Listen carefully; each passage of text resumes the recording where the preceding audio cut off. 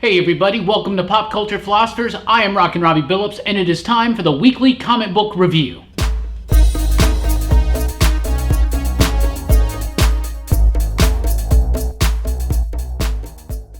That's right, everyone. Thank you so much for checking out the video. This is the weekly comic book review. It's the show where I read a lot of comics, and I let you know what I think about them, and we always start with the pick of the week. But before we do that, just want to say, if you haven't checked out PCP Toys, it's a new show that we just debuted recently here on YouTube. PCP Toys, you definitely got to check it out. We started with some Power Ranger toys from the movie, but now we're getting into some Marvel Toy Biz type stuff. So some of those videos are already up right now, and this is going to be a very exciting project. I've had this for a while. Very excited to open this up for 4th of July, so be on the lookout for that video. And just got this one in. Remember the repaint? The U.S. Agent repaint. I'm so excited to have this one in. I've had this, and we're going to open them for the 4th of July. So be on the lookout for that video. PCP Toys, seriously, comic fans. If you like the toys, especially the stuff from the 90s, you're going to like what we got planned coming up in the future. But all that aside, it's time to get to the pick of the week and the weekly comic book review. Today's pick of the week is Moon Knight number 14. The finale of Jeff Lemire and Greg Smallwood's Moon Knight with colorist Jordi Belair. This book has been phenomenal. So Moon Knight was relaunched a few years ago by Warren Ellis. I loved it. Then Brian Wood came on and did a really good follow-up story arc, and then Cullen Bunn came in and it wasn't very good. Then the book came back after Secret Wars with Jeff Lemire and Greg Smallwood back on the art, who did the Brian Wood story. And I was really nervous and worried at first, but now that it's all said and done, Jeff Lemire's Moon Knight is amazing. It will go down as one of the definitive runs on the character for sure. Everything about this book has been amazing, from the writing to the characterization to the artwork, the colors, the pencils. Everything is so beautiful in this book. And I always like to show off a page or two, and there's lots to choose from in this. This book is just absolutely amazing. I don't want to spoil anything, but just really good, great, clean artwork, an amazing script, and really good in-depth study of the character of Moon Knight. And the way that everything wraps up, I love. This book is over now. There's going to be no Moon Knight, at least for the foreseeable future. They will relaunch one day, and it sets up for future exciting Moon Knight stories to come. I'm very excited for this book, and I'm sad to see it go, but I'm glad that the creators left it on their own terms. This book has been amazing. Check out Moon Knight. So thank you guys, Jeff, Jordi, Greg, thank you guys so much. This book was a trip. It was fantastic. It was amazing, and I'm sad to see it go, but kudos to the team, because this book has been amazing. Speaking of Jeff Lemire ending books, Old Man Logan number 24 wraps up Jeff Lemire's run on Old Man Logan. Old Man Logan was really, really good. Not as good as Jeff Lemire's Moon Knight, in my opinion, but a really good study in the character Wolverine, and especially Old Man Logan. So if you like the Mark Millar, Steve McNiven story, the original Old Man Logan stuff, you'll love this. At times, this run kind of really focused a lot on the feelings from that initial story. It kind of went over and over and over the same thing, and it was a very simple story, but it was also very poignant in its simplicity. Andrea Sorrentino did the artwork throughout most of the series. Dustin Nguyen has done this final story arc, which really kind of focused in and did an examination of Wolverine's past and his evolution as a character into Old Man Logan. But overall, I love this book. This book is going to continue on with a new team starting next issue, so we'll see what happens. But Jeff Lemire has done a great run on Old Man Logan. It's going to be sad to see him leave that title as well. Another Jeff Lemire book, Thanos number 7, not his last issue on Thanos. I don't know exactly what's going to be happening with this book, but as far as I'm aware, he's still on Thanos for just a tiny little bit. And this is a little lull in the story. This is basically a poor Thanos. It's like, seriously, it's a sad Thanos story, and it's okay. It's cool. It's got a great ending that sets up some really cool stuff that might be happening in the next issue. So this book has turned around on me. I really think that this book has become a very solid, pretty much a must-read for a Marvel Universe fan, absolutely. Especially with the stuff that's going on about the Phoenix. I'm really, really, really curious about the Phoenix stuff going on in here and how it relates to the Phoenix stuff going on in Thor that led to Jean Grey. So There we go. We're on the Phoenix Watch, everybody. Again, just like ABX, right? We're on the Phoenix Watch. We should always be on the Phoenix Watch, right? But Thanos has been really, really fun. And this is a cool little, almost a single issue story. It's mostly silent, but it's really effective and it's cool. And it's like, oh, poor Thanos. You know, they want you to feel bad for Thanos. So, like we really need to. There you go. Secret Empire #3. Yeah, all that Jeff Lemire stuff, but you knew I was going to get to Secret Empire. Secret Empire #3 was actually pretty good, though I don't really feel like it necessarily moved the story forward very much at all. I really don't. I mean, Nick Spencer's almost still in world building mode, but the story's already progressing towards where we're going. And it just feels, I don't know, it does pick up a little bit on that shocking ending from last issue, but it doesn't really elaborate on it too much. It does deal a lot with the space heroes, what's going on with Carol and the rest of them that are outside of Earth's atmosphere, you know, on the other side of that shield, being completely just swarmed by the Chitauri army. A really neat little Star-Lord part in there, but overall, I don't really feel like it really moved the story a little bit too much further, though it did explain what Sam Wilson's been doing, but they also do that in his own book. We'll get to that in just a second. But Andrea Sorrentino does the artwork, and it's pretty solid throughout. It's really cool. A lot of stuff involving Black Widow and the young new generation of characters from Marvel, like Riri Williams and the new Wasp and the champions like Miles and Amadeus Cho. Lots of those characters in here. And a little bit of the AI Stark and Hawkeye. This stuff is moving, but this, I just don't feel like it advanced the story very, very far. And with 10 issues, plus a 0 issue, plus a free comic book day issue, really, like, there's a wasted chapter, but is it a wasted chapter? Maybe, maybe not. I don't know, but it feels a little bit like it is. This one, Secret Empire Uprising #1, is the one-shot.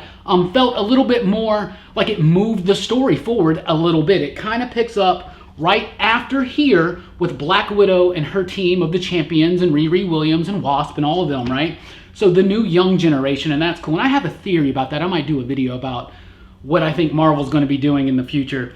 Be on the lookout for that. But Secret Empire Uprising is a cool little one-shot. It's kind of a throwaway story within Secret Empire, but it does wind up setting up something really cool that is going to be elaborated on in a future issue of Secret Empire. In a future issue of Secret Empire, you're going to go, wow, that kind of randomly happened. It's because it probably got set up in here. That's just what I'm going to say. Overall, the story is okay. It's goofy. It's fun. In a depressing, we're controlled by Hydra, our country is kind of way, but it's all right. It's not bad. But I do feel like if you're following Secret Empire, you're going to want to read this just for the setup of where it's going to lead. So definitely check that out. Sam Wilson, Captain America #22. That's the book I was telling you about. This goes into what Sam Wilson's been up to since this whole Cap Hydra takeover thing. So this is actually a really cool story. It's really solid, and it really gets into Sam Wilson. And if you've been reading this book, which I'm finally caught up on, that's why I'm able to talk about it now, because I like being caught up on things. But this book's been amazing. It's been really cool. It's turned Sam Wilson into one of my absolute favorite characters at Marvel. And I always kind of slept on him a little bit. Did you hear that, John? I said sleep on. Yeah, I used to sleep on Sam Wilson, but now I have a whole new appreciation for the character because of Nick Spencer's work on this book, Sam Wilson, Captain America. It's really cool. If you definitely want to know what he's been up to, and there's a joke that's set up in here that the punchline is in Secret Empire 3, but read Secret Empire #3 because the punchline maybe is in here. I don't know. The setup is the punchline. Who knows? Anyway, really cool book, a worthwhile tie-in. I totally recommend that you check out both of those tie-ins, the Uprising and the Sam Wilson Cap. Those are really cool, and they kind of expand a lot on the story a little bit and set some things up. Cable, Don't Mess with the X-Men Resurrection is in full effect here at Marvel Comics, and we got a new Cable book by writer James Robinson and art by Carlos Pacheco. I am very intrigued by this team on this title, so I definitely was excited to check it out, and it was a good, solid, single first issue. It didn't really tell you anything about where Cable's been, what he is exactly doing. It's just kind of a cool, fun, action-y setup. I don't know, it felt like the first 10 minutes of a TV show that could be cool, but it just felt like the first 10 minutes. And I really feel like a first issue needs to hook you a whole lot better, and it doesn't really hook you as well as it should. It just feels like the first part of the first issue is what it feels like, but it's not bad. Artwork is clean, script is tight, it's a really good comic book. I really enjoyed it. I just felt like there should have been more oomph to it. Absolutely. It's kind of quick, and there you go. But it was good, and I will keep reading it to see where the story's going. But nothing about this issue really intrigued me into wanting to know what was going to happen, other than just the fact that I know with Robinson and Pacheco, we should probably get some cool stuff. And how is Cable back in this iteration? I have no idea. I haven't been paying attention to what's been going on with Cable. I guess in Uncanny Avengers, I don't read that one. And where was he was in Cable in the X-Force before that or something? I don't know. I haven't really paid attention to Cable since Extinction and all that stuff kind of dudded out.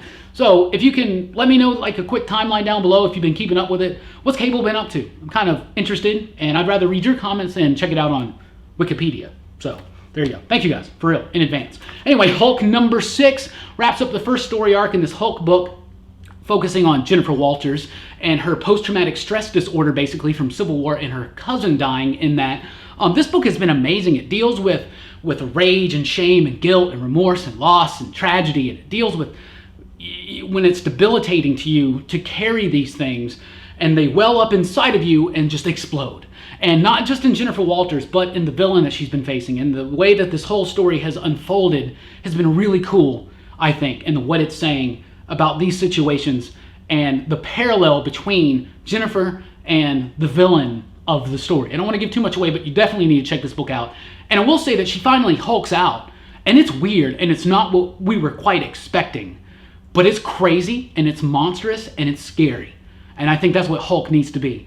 This has been the best Hulk in a long time, in my opinion. I don't like Hulk when he's doofy. I don't like Hulk when it's a bunch of them. I don't like Hulk when it's more like a comic book adventure type thing. I like Hulk when it's an insanely sober take on a monster, and it's like horror. I like stuff like that. So this has been the kind of Hulk book that I really like, and I highly recommend that you check it out. First trade should be coming out soon, but definitely read Hulk. Hulk's been really cool. Generation X number 2, Generation X number 1 made my pick of the week because I thought it was amazing. It had that feel of the Jason Aaron Wolverine in the X-Men run, and this book issue 2 loses that just a little bit. Issue 1 was a really good, well-written, solidly paced comic book. Issue 2 is not any of those things. The artwork got a lot more sloppy, and there are parts of it that I really like, but it's starting to become unappealing to me. And the script was just, I don't know, it does a decent job of wrapping up the story, but maybe this should have been fleshed out a little bit more. Have these characters a little bit more time to breathe, because I feel like a 2-issue introduction, and let's go, was just not enough time to spend to get to know these characters to really intrigue us to keep picking this up at issue 3, 4, and 5. I love Jubilee, I love Quentin Quire, but I felt like this issue, in issue 1, they were really fleshed out very well, and it was very dynamic, and I loved the artwork, and I thought it was really cool, but it's the same team, it's just a little weaker, just a lot weaker. And issue 2, that's very important. Issue 1, it's not easy to write a good comic book, but a number 1 is actually easier to write than a number 2. And maybe that's the test of a lot of comic books. Issue 2 of Generation X fell way below the mark that was set by issue 1. But I will keep reading it for a little bit longer to see what happens with these characters. They were intriguing, and issue 1 was strong enough to warrant me continuing on. But I'm telling you guys, issue 2 was kind of a letdown, absolutely. Star Wars Dr. Aphra number 7, 3rd part Screaming Citadel story. This is the weakest chapter so far. Vader down, this is not. The opening chapter, the one-shot Screaming Citadel, was awesome. The Star Wars one from last week was all right. This one was kind of like, let's just get through this. Let's just get this story out of the way, guys, please. Vader had a lot of cool moments. This issue had no cool moments. There were some great moments in the first part of this story arc, but I don't know, I haven't been reading Dr. Aphra. This story arc was making me think maybe I need to go back and give it another try. This issue made me go, you know, maybe you shouldn't, but I don't know. It's not bad. It's just not the greatest in the world, and the preceding chapters were way better. And like I said, it's good to start off a story. It's easier to start off a story strong than to keep it strong throughout. But that's just what I'm going to say. Let's move on to some DC titles. We got a Wonder Woman movie coming out. Wonder Woman. Super excited about this movie. Are you guys? I'm super, super excited for Wonder Woman. So there's an annual that is out this week because it is a 5th Wednesday, so it is kind of light. Marvel had a lot of titles. DC doesn't have a lot of titles because they kind of like to keep more on their 4-week-a-month schedule. So they usually use this opportunity to launch things like specials or annuals and things like that. So the Wonder Woman annual is actually worthwhile. It's really, really cool. It's got a Greg Rucka and Nicola Scott story that retells the new version of how Diana first met Batman and Superman. And that's really, really cool, but it's over And you're just like, no, I wanted that story to continue on. But it was really cool and had a really good point. That was awesome. Then there's like three, maybe four more other stories, and they're all cool. They all celebrate Wonder Woman, who she is as a character, and different facets of that character. And I think it's a really cool celebration of Wonder Woman just in time for the movie, and that's why they did it. But it's definitely worth it for that small little Rockin Scott story about Wonder Woman meeting Bruce and Clark for the first time, and that's really, really cool. Teen Titans Special #1. I don't know why they didn't call this an annual, unless they already did a Teen Titans annual, but I don't think they did. Did they? No, they didn't. Maybe they will later. I don't know. Teen Titans Special #1 is the 4th part of the Lazarus Contract, and this issue was just terrible. It was bad. It was just dumb. This was so bad. This whole Lazarus Contract thing, and Teen Titans has only got me interested because of Aqualad. Titans has only got me interested because of Wally West, and maybe a little bit of Aqualad. Tempest now, you know. I'm a big Aquaman, Aqualad, all things Aqua, whatever. I'm a huge fan, so that's cool. But I don't read those books because I really, really enjoy them. And Deathstroke I really don't like, and this just turned me off completely. This felt more like a story that was set up by Deathstroke, and I'm sure it was. Maybe if I had been reading along with Deathstroke, it would have more of an impact on me, but man, this was dumb. It did have an impact on me. This was terrible. Everything about this was so bad. The way that everything wrapped up and resolved was so cheesy and stupid, and just, are you serious, guys? Abnett, Priest, you guys are way better writers than this, and I don't know what's going on here, but I just was not impressed. A lot of you guys may like it. That's cool, more power to you. This was not for me, and how it all resolved and ended, and they got these little setups for Deathstroke, for Teen Titans, for Titans, and they are the dumbest thing in the world, especially the setup they have for Titans. Oh my goodness. Oh my goodness. Ugh. If you agree, let me know. If you disagree, let me know. I want to talk to you about it down below in the comments. Flash #23. We actually have a regular DC title this week because this book was delayed because of the final part of the button. So, Flash #23 was awesome. You first look at it and you're like, okay, so this is going to be like, they just did this big button story. They're probably going to do like some fill-in stories and all that. No. This immediately deals with the direct aftermath of the button. From Barry's perspective, deals with a lot of stuff that's been going on in this book. Carmine Dijon Domenico comes back on the artwork. Love his artwork. He also gets the opportunity to draw Hal Jordan Green Lantern, and it is amazing, especially with Placencia's artwork. Ivan Placencia. This book, the art team, I've been loving this book mostly for the art team, but they've just been doing some really fun things with Barry Allen. And like I said, direct follow-up to the button. Do not miss this book if you are fans of The Flash or anything that happened in the button. This book was awesome. It was really cool. It was fun. It had the feel of a filler comic, and then it ended with you going, oh no, this is some serious real deal stuff. So read The Flash. That was really, really cool. Romulus #4 came from Image Comics. I completely forgot this book even existed. I was very impressed by issue 1. My interest started waning, 2, 3. Excuse me. So I decided I'd pick up 4 because, what will it hurt, right? I didn't really remember too much that came before, but it did a good job of like making me remember, catching me back up. And that was really, really cool. This is the end of the first story arc. I'm assuming some things there's going to be more, but I haven't heard any announcements. But it's good. It's okay. It gets lost a little bit in exposition. A little too much telling, a little not enough showing in this book. But Romulus was actually kind of fun. I'm sure there'll be a trade coming out soon. And like I said, I'm not sure if they're going to continue on. It seems like they will with the way it sets up, but it's actually interesting. It's cool, but it's not the greatest thing. There's a whole lot better stuff out there, especially at Image. But Romulus is cool. It's got good, clean artwork, and it's just, there's something, it's not an A+. It's like a B-. And B- is not bad, absolutely. Mighty Morphin Power Rangers has their 2017 annual. Rangers has their 2017 annual this week. And this book was really awesome. It was super, super fun. It's got like 4 or 5 different stories in it. All of them very intriguing and cool. A spotlight on the Black Ranger, so that's really neat. A spotlight on Finster and a really, really creepy EC Comics type vibe with artwork by Fraser Irving. Did you hear what I just said? Fraser Irving did a Finster Tales of the Crypt EC Comics horror type story, and it was very effective and really creepy and very, very cool. Absolutely. That's in here. That's really cool. Plus, you get a little bit of preview of what Dan Mora's artwork's going to be like on his upcoming Power Rangers book, Go Go Power Rangers. It's going to be written by Tom Taylor. They have a little story in here, and man, that got me really, really excited for this Go-Go Power Rangers book. The Power Rangers book has been okay. It's kind of cool, but the artwork I don't really like. The writing's kind of stiff and stale, and the stories take way too long to unfold. But this Go-Go Power Rangers one seems like it's going to be really cool, really tight, great artwork by Dan Moore, the guy that was on Klaus. Wow, so what I've seen in this is actually better than, and that's Dan Moore right there, actually. That's the book right there, Go-Go Power Rangers. This book has been the best issue of Power Rangers they've done yet, is this annual. This has got some really cool stuff in it, guys. Absolutely. Dynamite Comics has Animal Jam. This is some kind of game, some kind of like little phone game or something like that. I have no clue, right? But I did read the free comic book day issue, and I was kind of intrigued by it. So I was like, sure, let's pick up issue 1 because it's a really light week. And I read it, and it's fun. It's stupid, but it's fun. It's goofy. It's good for children. So if you're a child, if you got a kid that really likes this game, if they're already into it, or if they just you want them to read a little bit more, check it out, because it's got one story. It's kind of a play on the Trojan horse, and that's really cool, and you can tell them where it came from, get them interested maybe in some, maybe some Greek writings and ancient literature and stuff like that. And then the second story arc is a really cool story about the power of compassion over bullies. And so really cool stuff in here, and especially if they're fans of the game, there are stickers. These characters are really cool, and it's intriguing. Whatever. The Visitor, How and Why He Stayed, number 4 of 5. So there's this alien that bounces around in the Hellboy universe and helps him out at random parts, and this is kind of explaining what he was up to that entire time.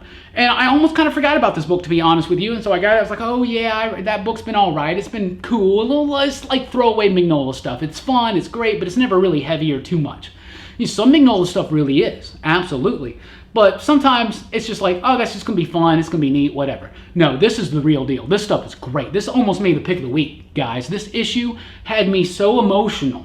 It was brilliantly written. Paul Grist does the artwork. Chris Robertson scripted it based with a story he wrote and developed with Mike Mignola, creator of Hellboy. This book is so fun. It's really going to have more of an impact if you're a fan of Hellboy, but you really don't even have to be a fan of Hellboy to read this book, because I guarantee you, when you get to this point, you're going to feel it. Comics can make you feel things, and this book did, and this book was amazing. You should definitely check it out. So that's what I read this week. Excuse me, man. I got major stuff in my throat. Anyway, thank you guys so much for checking out the video. Like I said, Visitor was the real deal. Power Rangers, that's the best issue yet. The Flash was awesome. Teen Titans is so dumb. The Lazarus Contract just stunk, in my opinion. Wonder Woman, the movie, I'm excited about it. I know you are. Go see it this week and let us know what you think about it. Generation X lulled. Hulk exploded. Cable needs to do a little bit more. Secret Empire is still decent. Thanos, Moon Knight, and Old Man Logan, Jeff Lemire, sorry to see you go on those titles. Moon Knight was amazing. Definitely check it out if you haven't already. And don't forget, trade paperbacks. Doom Patrol came out brick by brick. This is the first volume of Gerard Way's Doom Patrol. It collects issues 1 through 6 with a new afterword by Gerard Way. I'm super excited that this came out. I cannot wait to get in here. I have not reread these issues since they first came out, so I'm going to read this, and it feels like a Vertigo trade, like an old school Vertigo trade. The paper quality, everything about it. That's awesome. I'm going to be reading this, doing a video, and you'll get early access to that video on Patreon. So if you haven't supported us on Patreon yet, you can do that at the lowest support level. You'll get early access to that video and more videos coming out. And Nelson, don't think I forgot, I bought Divinity. Definitely going to check this out. This is volume 1 of Divinity, a Valiant book by Matt Kent. Excited to read this. If I get some extra time soon, I'm going to read it. I'll let you know what I think about it in a video. Thank you guys so much for watching. Let me know down below, what did you pick up this week? What'd you read? What'd you like? What'd you think about it? I love talking to you guys about comics in the comments down below. Thank you for putting up with my throat issues there at the end. Thank you guys so much for watching this video, and check us out at popculturephilosophers.com for podcast blogs, top 5 lists, and a whole lot more. Check us out on Patreon. Check us out on Facebook, on Instagram, Twitter, all that stuff. Thank you guys so much. Like, share, subscribe, all that stuff. Thanks for rocking with us. Keep on reading.